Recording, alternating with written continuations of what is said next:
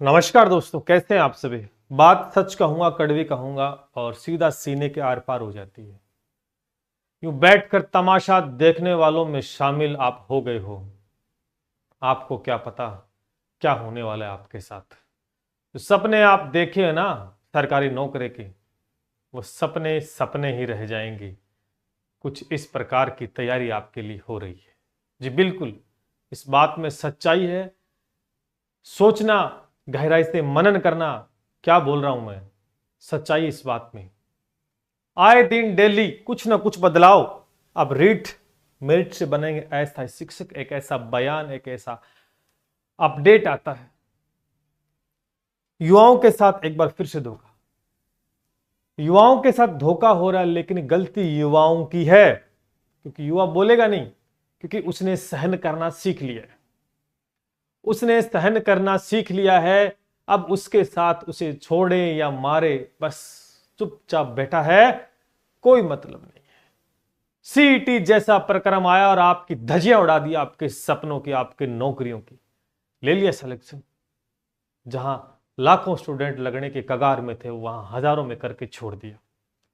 अध्यापक भर्ती के अंदर भी ये होने जा रहा है। आप क्या सोच रही हो कि सब कुछ सही हो जाएगा? ऐसी चीजें ऐसी चीजें आ जाएंगी कि आपका सपना तो होगा, लेकिन पूरा कब होगा ये किसी को नहीं पता। जी बिल्कुल, एक बयान आता है, एक ट्वीट यहां देखने को मिलेगा जहां पर साफ तौर पे लिखा हुआ है। 2-3 दिन से लगातार ये बात भी चल रही है कि शिक्षा मंत्री जी बोल रहे हैं कि एक परीक्षा होनी चाहिए। एक शिक्षक बनने के लिए 4-5 प्रकार की परीक्षाएं होती है। मेरे को एक बात ये बताओ शिक्षा मंत्री जी की 4-5 परीक्षाएं कौन सी होती है? फर्स्ट ग्रेड बनने के लिए तो एक ही एग्जाम होता है, एक जीके का एग्जाम, एक सब्जेक्ट का। वहां पर भी 4-5 नहीं होती है। सेकंड ग्रेड के लिए भी एक जीके का पेपर होता है और एक सब्जेक्ट का होता है, वहां पे भी 4-5 कोई परीक्षा नहीं होती है। रीट में फिलहाल पात्रता परीक्षा आपकी ही देन है, उसके बाद में मुख्य परीक्षा करवाएगी। समझ रहे इस बात को? तो फर्स्ट ग्रेड सेकंड ग्रेड में कहां दिक्कत है? सब कुछ ठीक चल रहा है। दो परीक्षाएं, एक जीके की है और एक सब्जेक्ट की है, कोई दिक्कत नहीं किसी स्टूडेंट को। लेकिन ना चाहकर भी ये जानबूझकर बदलाव करने का प्रयास कर रहे हैं। रीट एक बदलाव की स्थिति रही है। रीट में लगातार दोस्तों बदलाव करते हैं।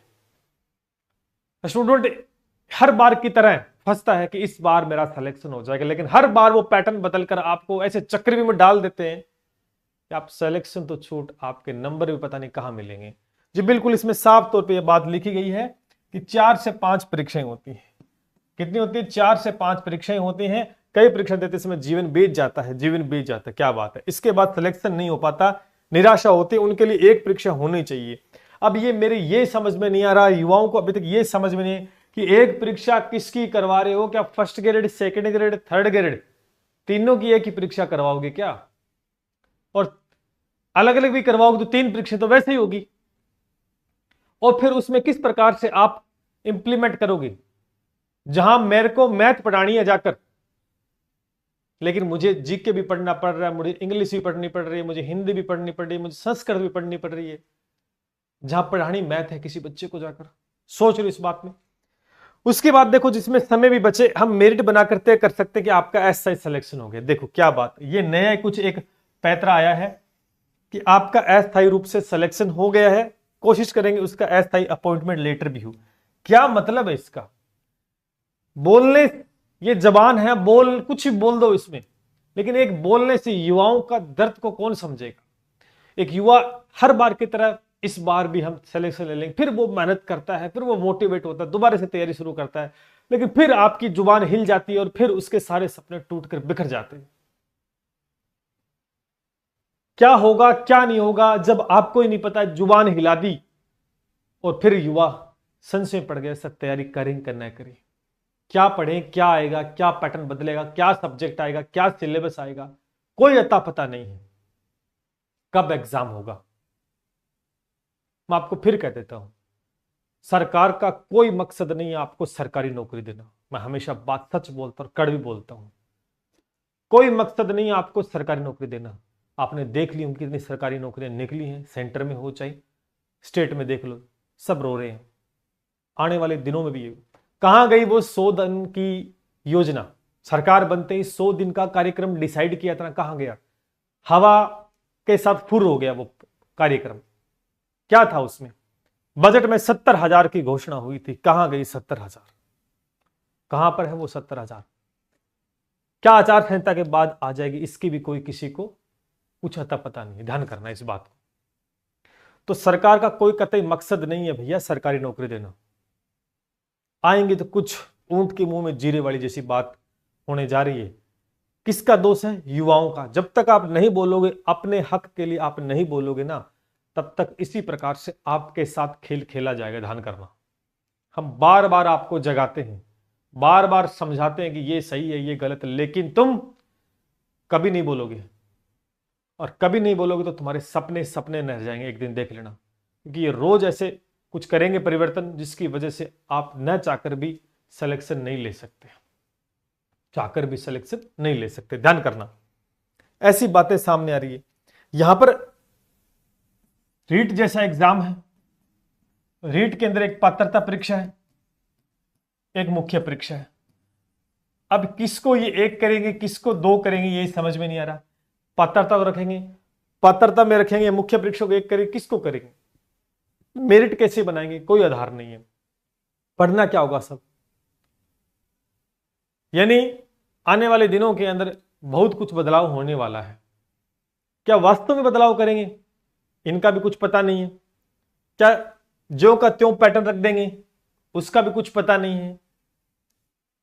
तो इसलिए युवाओं को जवाब मांगना चाहिए।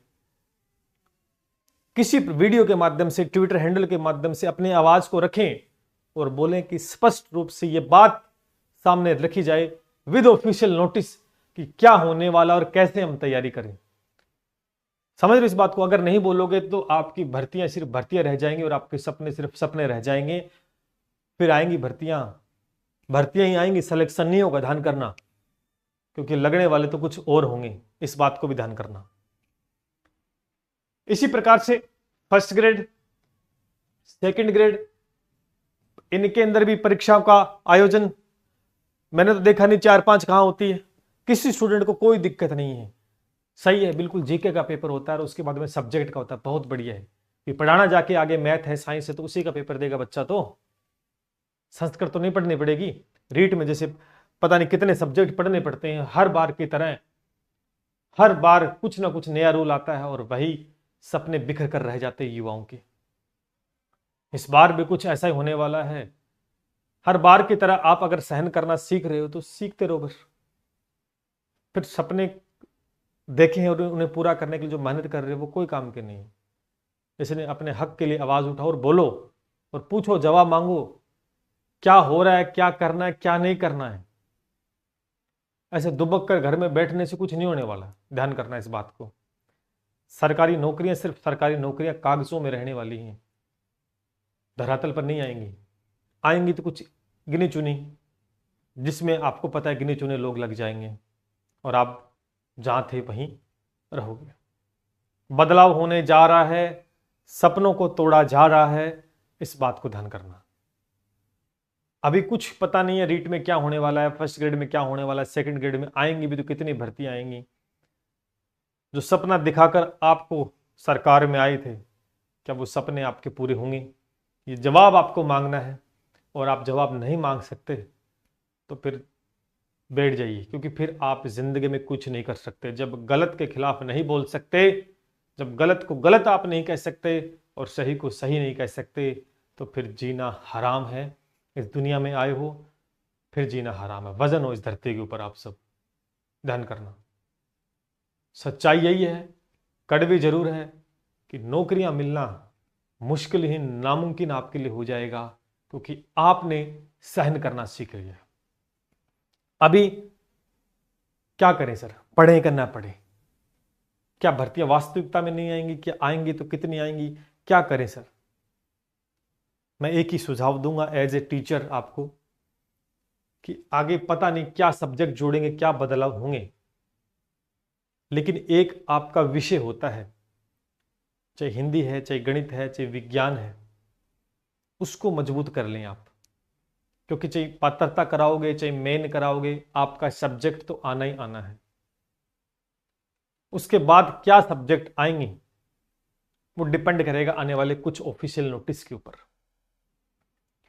मैं सरकार से भी निवेदन करना चाहता हूं कि इन युवाओं के सपने, इनकी कीमत को समझें, और आपको सरकार में लेके आए हैं तो इनके सपनों को पूरा करने के लिए, केवल झूठे वादे और झूठे सपने दिखाने के लिए नहीं आए। समयबद्ध तरीके से परीक्षाओं का आयोजन होना चाहिए, तब जाकर युवाओं के सपने पूरे होंगे।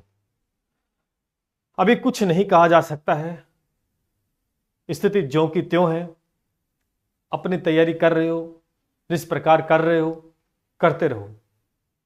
और एक बात और बता देना चाहता हूं, केवल सरकारी नौकरी के पीछे हाथ धो के मत पड़ो।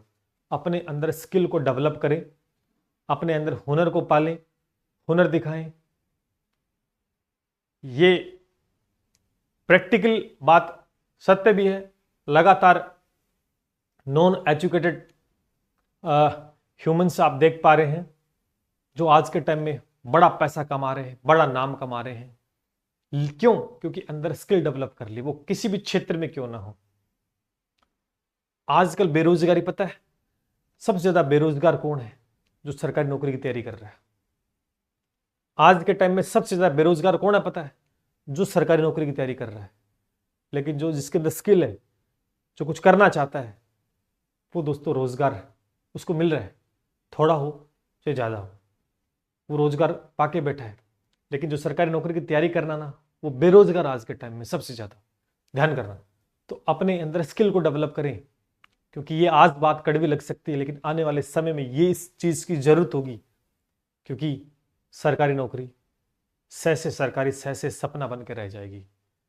उम्मीद करता हूं कि आपके भविष्य के साथ बहुत अच्छा हो आने वाले समय में, और इस अच्छा के लिए आपको बोलना पड़ेगा, आपको जवाब लेना पड़ेगा, आपको कदम उठाना ही पड़ेगा। आने वाले समय में क्या बदलाव होते हैं, आशा है अच्छा हो सबके लिए। यही दुआ करते हैं और मिलते हैं इसी के साथ। जय हिंद, जय भारत।